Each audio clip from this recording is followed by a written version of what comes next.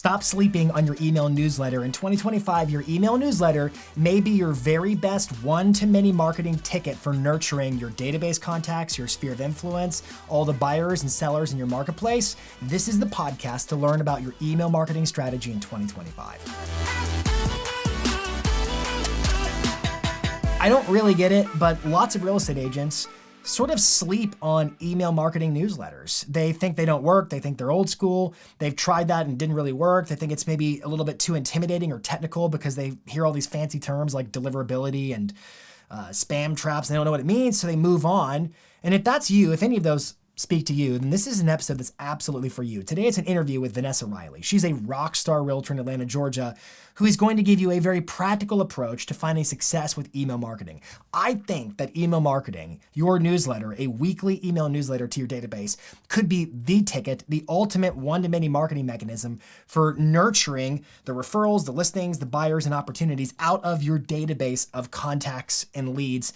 And if you're looking for a simple way to do it, ideas for what could be in my newsletter, how do I do it in a way that's not overly technical or complicated, this is absolutely the right episode. So welcome to This Week in Marketing. My name is Jason Pantana. I'm your host, and I am so glad you're tuned in for today's interview with Vanessa Riley. You're going to love it. And if you love it, I would also ask that you would please, if you haven't already, tap that big red subscribe button so you can be alerted whenever new episodes like this that help you move your business forward in your marketing. Whenever they become available, you're going to be the first to know. So without further ado, let's jump into my email marketing mastery interview with Vanessa Riley. Vanessa Riley, thank you so much for agreeing to be on this podcast today to talk about your email marketing mastery, I think I could say. I'm glad to have you here today. Awesome. Thank you, Jason. Thank you for having me. This is truly an honor. I've been listening to your podcast for, I don't even know, 5 years now. And yeah, you've delivered so much good stuff. It's totally helped me level up my game. So thanks for having me. Appreciate it. Well, thank you. And thanks for agreeing to come and share what's working for you email marketing wise. I'm going to make this assertion. I believe in 2025, email marketing is one of the untapped marketing channels that folks are asleep on. The email newsletter in particular, and leveraging a mass email audience. Just for the audience who's listening or watching, depending upon where you're consuming this content, I want to give some quick terminology just so we're all on the exact same page. That way, Vanessa's input really makes the most sense from an application standpoint. I'm not talking today with Vanessa about one-to-one emails. This is not like I sent that lead an email and I sent that lead an email. These are not like e-alerts kinds of emails. I'm talking about mass email newsletters, bulk emails, using tools like Constant Contact or MailChimp or, Active Campaign, one of those ESPs, which stands for Email Service Providers, where you mail to your list. I want to talk about best practices in terms of what content performs in a newsletter. How often should we be sending newsletters? What works, what doesn't work? What are some hygiene lists in terms of keeping your email list deliverability up to a really good standard and so forth? So that's just kind of clarity for everyone. High level, and then we'll sort of drill down into it. Walk us through your email marketing strategy if you could. Oh, wow. Okay. So strategy is I try to get out one email at least once a week. My emails revolve mostly around my listings. My my community in Atlanta knows me best for writing fun copy for my listings. And so I like to tell stories. I like to make it fun to read. I like to make it engaging. I keep it short. I always try and add a video. It's important to have a call to action at the very end. And then I want to make it clickable. So I make sure there's enough links in there to send them back to social media or my YouTube channel or my website to get more information on the listing. What's the importance of making it clickable? Well, the more engagement you have with your emails, the more likely they are to end up in people's actual email boxes versus their spam.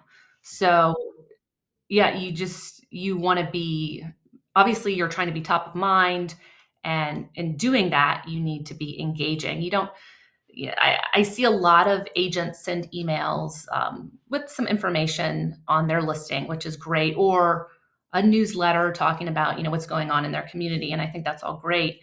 But a lot of them are missing the mark when it comes to keeping it short and making it engaging. And they're just kind of speaking at their audience instead of engaging their audience. Yeah, I think oftentimes, and I can understand it, Real estate is a very busy industry. It's a lot of work, a lot of hats to wear. And so it's easy for an agent to fall into the trap of checkbox marketing. I'm just going to get this one. I got to get it out. I got to deliver the email. But Mhm. what is happening over time is if you're sending poor quality emails that aren't adding tremendous value, that aren't engaging, to use your word, people will stop engaging with them. They'll stop clicking them. They'll stop replying to them. They'll start marking them as unwanted, and it will start to impede your ability to deliver your emails into all your other subscribers' inboxes. And so you're really shepherding a flock when it comes to managing that list and offering really good value. Okay, so a couple of things I heard in what you shared. You're sending about weekly. It's an email newsletter. The email newsletter mostly features listings of yours. You appear to tell interesting, maybe funny, maybe I'd love to get more context on how you talk about listings in a way that's exciting and not boring or salesy. I think a lot of people listening or watching would benefit from that. And it has, you talked about having videos in there. I want to talk about best practices around, you're not actually putting videos in there. You're putting links to videos in there and so forth, but it looks like a video in there. So I want to talk about, let's start with, where do we want to start? I want to start with, tell me what is in the emails. Okay. My typical email will be a video at the top. It'll be a video picture that links to my YouTube channel with the video of the listing. Underneath that, oh, well, first off, you always have to start with a killer subject. I think one of the most important things with email is the subject title, the title of your email. Um, so I will spend just as much time ruminating over what the subject will be so people will go and click on that email. What are some examples that come to mind? Oh my gosh. So I'm writing one now. It's it's a listing that it's a complete fixer upper. You would walk out on the deck and you would fall to your death. So I'm going to say something about, um, this listing. I don't know. I haven't actually thought up the subject, but it's going to say something about death. Don't enter this home unless you want to die. Like That creates completely a lot of curiosity. right, right, right. So curiosity. Yep, curiosity is key. Start off with a good subject line. I'm Um, actually reading a couple of your emails here. Here's a subject line you wrote. Here's a $842 million secret that could change your life. That was a good one. You wrote another one. If looks could kill, this mid-century modern home would be dangerous. I love that one too. yep, So thank you're spending. Oh, here's another one. Turn your Mondays into Fridays on Lake Lanier. Did I say that right? With Deepwater Party Dock at 699K. That's right. Yep, yep, yep, So these yep. are okay. So great subject line to get it kicked off and create a curiosity that makes me want to open the email and actually read its contents. You always begin with some kind of a thumbnail of a video that makes me want to click it and go watch the video on YouTube. What else do we want to understand about the way you structure your newsletters? So I only include maybe two or three teaser photographs that are clickable that lead back to my website. This was a tip that I got from you. Because before I was putting in tons of pictures and everybody could get what they needed from the They didn't need email. any more. They were good. I got what They I didn't needed. need That's right. So I started limiting the pictures, making it more clickable, leading them back to my website. Have you seen more traffic to your website since you've done that? I have, yeah, my click-through rate has gone up to like 3.5, 4%, which is good. I think industry average is like 1%. So I've been tracking it. It has, yes, it's gone up. And then under that, I usually do a call to action, um, conversational. Hey, if you're thinking about making a move in the next year, let's have a conversation and drop my phone number underneath. And then I also see, I'm looking at one of these emails here. This is the one that I'm asking the audience who's listening or watching to just kind of visualize in their minds. This is you, the turn your Mondays into Fridays with this lake property. So it's a lake property. I see the video with a boat and a dock, and then I see a couple of photos. And then I see big text, click here to see all pictures. And Mhm. so I'm assuming that one gets a lot of click-through performance because you're driving traffic to go get the rest of it. I'm looking at another one of your emails. This is the if looks could kill mid-century modern home email. And at the Mhm. bottom, it says there's a CTA button that says make my home famous and sell it for more than my neighbors. That's right. Yeah. Buttons include a couple buttons that are fun to read and press. So yeah, that one's at the It would bottom. seem like the language you're using for your CTAs, which is a call to action for those who are unfamiliar with the acronym, is as thoughtful as your subject lines. You're really thinking through a subject line. What do I need to say that makes this recipient want to click to open my email? And then at the end of it, you're saying, what do I need to say that makes this recipient want to click to go to the next step if they're in market for whatever my offers are? And so I love the language. Make my home famous and sell it for more than my neighbors. A couple of questions I meant to get to earlier, but I had a little brain moment and didn't think about them. Talk to us about your actual email list. Who is on this list? Maybe some optics around how many are on this list, and what's been the results performance-wise of your emails? So I like to keep my contacts nice and tight. I have a little under 4,000 people on my email list. I subdivide them into groups. I think this is key, especially if you're just starting to use email in your marketing. Try and segment your contacts into different lists. So I have my buyers, general interest, people that I'll meet at open houses, people who call me off of signs, who are engaging in real estate I have. And then I have, of course, an agent list. And then I have another list from people who are organically putting themselves on my list through my social media campaigns. Which platform are you sending from? Constant Contact.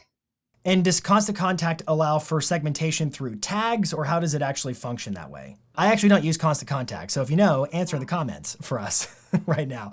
Yeah, But it seems like you're using either some kind of a segmentation or a tagging tool to say like, hey, this was a sign call kind of yes. person, and this was you said a buyer, this was somebody who organically opted in through my website or social media. And how do those different segments then influence who does and doesn't get different emails? Yeah, that's a good question. Sometimes I might have an off-market property I'm marketing, and maybe I just want to get it in front of buyers. I don't want all of the Atlanta real estate agents to see it. Sometimes I'm writing a specific call to action email for sellers or telling a seller story about, how I just sold this listing for this much more than the Zestimate. And yeah, I don't want all of the Atlanta agents to see my Okay. seller stories. So yeah, my pinpoint Okay. thing. Mhm. Okay. So I love that. Talk to us a little bit about the kinds of feedback or results you get from your email marketing efforts. Well, it's difficult to track. I can say that my emails are open. I have a 60% open rate, which is yeah, I think the industry average is like 35%. So open rate's really good. I do keep my lists tight. I clean them up if I see that, say somebody, you can go into your list and you can see if it's a fake email or if it's, the inbox is full, and you can take them off of your email list. And that's important to help with your analytics. So I always am kind of tracking who is opening, who's not opening, and then I remove them. Um, It's good. with email, it's just this. It's so underused, in my opinion. It's a constant reminder that you should be their agent of choice. And so I might meet somebody like 4 years ago, 3 years ago at an open house, and they get my emails on a weekly basis, and then when they're ready to sell, they respond to one of my emails. So it's you just want to stay in front of them like any other form of marketing. Um, but this is a really nice way to um, show off your listings in a really professional way. And I don't know, it I works for like your approach. Candidly, your approach is pretty simple about email marketing. I me. think there's a lot of people who would like to utilize email marketing, but they're intimidated by it because they hear terms like spam traps and they hear terms like deliverability and click-through performance and these metrics that seem very informationally intimidating. And so Mhm. they avoid email marketing because they think I couldn't possibly, it's like SEO. It's this complicated marketing, but the truth is it doesn't have to be. I mean, here Mhm. you are, you have a list of roughly 4,000 people. And one of the reasons I wanted to interview you is because I've heard feedback from you before that you have people who literally reply to your newsletters and praise you for how good they are. And I think there's a lot of agents who are checkbox marketing out there. They're just getting the email out to say that it's done. But I would ask the question, hey, what is the impact? What do you Mhm. want the recipient to feel when they see your emails? Because if you're just hitting them with spam, if they even see it at all they're going to feel is an incremental growing dislike for your marketing. which isn't going to lead them with the right taste to want to lead them into working with you one day. And so I think you're wise in saying it's a privilege. I get to market directly to the inboxes of consumers who have opted in and who have been a part of my permission-based marketing over time. And so you treat that really, really seriously. I read a study recently, and I wonder if you can guess the answer. What do you think most Americans check first in the mornings when they wake up? Social Yeah. media or email? What do you think it is? Absolutely email. Yeah. Everybody has an email account. Yeah. And so are you training people to want to receive and look forward to your emails? I clear out emails in the morning, and there are a handful of emails where I'm actually going to look at that one. I'm going to look at that one. And then the rest is just like a deleting machine. Just goodbye, goodbye, goodbye, goodbye, goodbye. Right. And so how are you standing out? What is your mentality or thinking behind about a weekly frequency of emails? A lot of agents say I do a quarterly email or I do a monthly email. Why weekly? Well, I like to get my listings in front of people, but truthfully, it's also a branding play. If I'm speaking to them in my tone and my voice, and the fun stories that I'm telling, they're remembering, oh yeah, that's right. I need to get my gutters clean. Maybe I should reach out to Vanessa, and maybe she has somebody. So it's definitely weekly. Sometimes I do bi-weekly, but I would say at least once a week. Quarterly, you're not going to get any traction. So it's Because you're not developing a reputation for the inboxes to even allow you permittance to their people. That's right. Yeah. Do you think there's an element of social proof? Because something else that I find interesting about your strategy, in our ecosystem of coaching clients, we have lots of clients who have really great newsletters. I haven't seen anybody else's, and I could be wrong, it may just be that I haven't seen it, who does what you do, which is straight up every newsletter is in fact a listing promotion every single time. But it's not sale. I do see agents promote their listings, but they also talk about local happenings. They talk about interest rates and news about real estate and et cetera, et cetera. You have a very concentrated topic. Every week, it's about a mid-century modern property. Am I mistaken in saying that? Am I accurate in saying that? Mid-century. I sell a lot of mid-century moderns in Atlanta, Georgia, but I also sell traditional. But it's always a listing, right? It's all, yeah, 95% of the time it's a listing. I'll mix in I'll mix in some seller stories here and there. But yes, most of the time it is a listing. And that just correlates with my love of storytelling and marketing, really. I mean, it's fun. It's fun to market. I love marketing my properties. And so I feel like people feel that when they read my marketing. Yeah. And I think it creates certainly a context of a seller or a future seller saying, yeah, she's the one. When I'm ready to sell, I want that level of service and that level of commitment and ingenuity in terms of getting my home exposed to the masses. Have you seen, I know you talked about like it's hard to measure direct attribution with email marketing because really you're nurturing a list, but let's go back to some more of the results. What kind of feedback do you typically hear from the people on your list about your emails?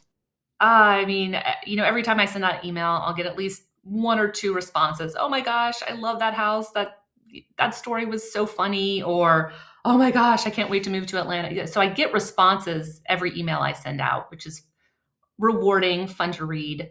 I always respond to them, even if it's an agent. I get a lot of agents responding. Oh, that was a good email. So yeah, it's like I'm giving them a little fun, a little something to look forward to. I have a couple emails that I get in my inbox, and I won't delete them until I read them because I know what they have to say is valuable or fun to read or inspiring. So that's what I try to emulate. So let's do a little brainstorm for a second. I'm going to put you on the spot. In fact, you've been on the spot the entire time I've been interviewing you because I did not send you any questions in advance. And you've been phenomenal in just documenting what you're doing in your strategy. You talked about mistakes earlier that you think agents are making, and I want to go deeper on some mistakes. One was you admitted to the mistake of too much. It was information overload. And you didn't leave them wanting more. So you started trimming down the contents of your newsletter and making them more skimmable and leaving them wanting more where they click to go get the rest on your website or YouTube or social or some other place like that. What are other mistakes you've seen agents make in their email marketing efforts? Oh, just boring titles, boring subject lines. I get everything I need from the subject line. Be like, okay, $500,000 house in Alpharetta, delete. Super Um, duper. Yeah. Yeah. What else? Too much information. Like you get a lot of agents who are sending out things to do in their community, which is, I think it's nice, but I think sometimes it's information overload. Um, Not including beautiful pictures. I mean, it's crazy how many Yeah. ugly, boring pictures are out there. You can take any kind of house and make it beautiful or make it interesting. Let's transition. I'll leave you with one last question and we'll wrap up Okay. on this. Let's say you're talking to an agent who's been there, done that. They've tried email marketing before and they failed. Maybe they've Yeah. damaged their list over time. Maybe they got too busy and they're interested in, hey, I need a one-to-many tool to stay in front of my people, my contacts, in order to continually nurture them and stay top of mind and create a sense of value and consideration for my services. And email could very well be that ticket for doing it. Where should they start? Where would you start if you were in their position? Well, first they need to figure out who their client avatar is, and then they need to speak directly to them because I'm not speaking to, every boomer who has a traditional house to sell in the outskirts of Atlanta. I'm speaking directly to my client avatar, who is a millennial with money. And I'm not saying that that's the only person I sell houses to, but that's the person I'm speaking to, which also leads to other conversations. So definitely figure out who your target audience is, and then Yeah, build and build from there. so let's role play. Let's say that I'm that agent and I say, but everybody's my target audience. I'll sell anybody's house. How would you respond to me? You shouldn't be in real estate. No, I'm just kidding. Uh, okay, so I heard this actually, I think on a Tom Ferry podcast. Who were you maybe a year or two ago? That's usually who the client that you're attracting is. So, who or who do you have the most fun working with? Who do you feel um, the most satisfaction when it comes to engaging? What client base is that? And then go from there. Is that helpful? I think what you're saying is really, really good advice. Even when it comes to video marketing. When I'm teaching performance techniques for video marketing, I'll often say to the person I'm working with in coaching, hey, you cannot be looking at a camera lens. You have to imagine a face of a person you're talking to, or at least an audience of people. You are addressing people. Because Right. if you're speaking to a person or speaking to a group of people, it automatically has an impact on your delivery. And so in the same way, if you're just talking to, a cold piece of glass on a camera, it's going to impact your delivery. You've got to communicate to a person. I think when you're writing and putting emails together, if you're just marketing to an invisible audience of nobodies and faceless people, that's not going to be very meaningful or engaging. And so beginning with the end in mind, who is it I'm writing to? Who is this for? Those are really important questions to grapple with. And then I think to your point, it's not about, well, this week it's about this topic and this week it's about this. I think it's about niching down and saying, I'm making material like this for people like that, because that's who I am in the marketplace. That's right. Nailed it. You took the words right out of my mouth, Jason. Thank I you. did take your words because, in fact, those were basically your words. This is called paraphrasing the point that you already made. Anyways, Vanessa, this has been really helpful. I think it's been a very simple, practical approach on email marketing. There may be people who say, I don't have 4,000 people on my list. Let's just go. This is my last question. Okay. What are ways people can work on growing their lists? Open houses, call to action on social. Link Let's see, conversations. I always try and get people out of the DMs and onto a phone call or an email. Um, yeah. I So think those are all really practical ways of getting permission to be able to be in the inboxes of people who have an interest to hear more and learn more about what you can talk about and what your services are. Again, this has been a super valuable podcast. Vanessa, where can folks find you on social if they want to learn more about you? they can look me up at Domo Realty, Domo Realty. I'm all over Instagram, a little bit on Facebook and YouTube. You can look me up on YouTube as well. So Awesome. Well, Vanessa, you've been most helpful. Thank you very much. Until next week, this is This Week in Marketing. thanks, Jason. Bye.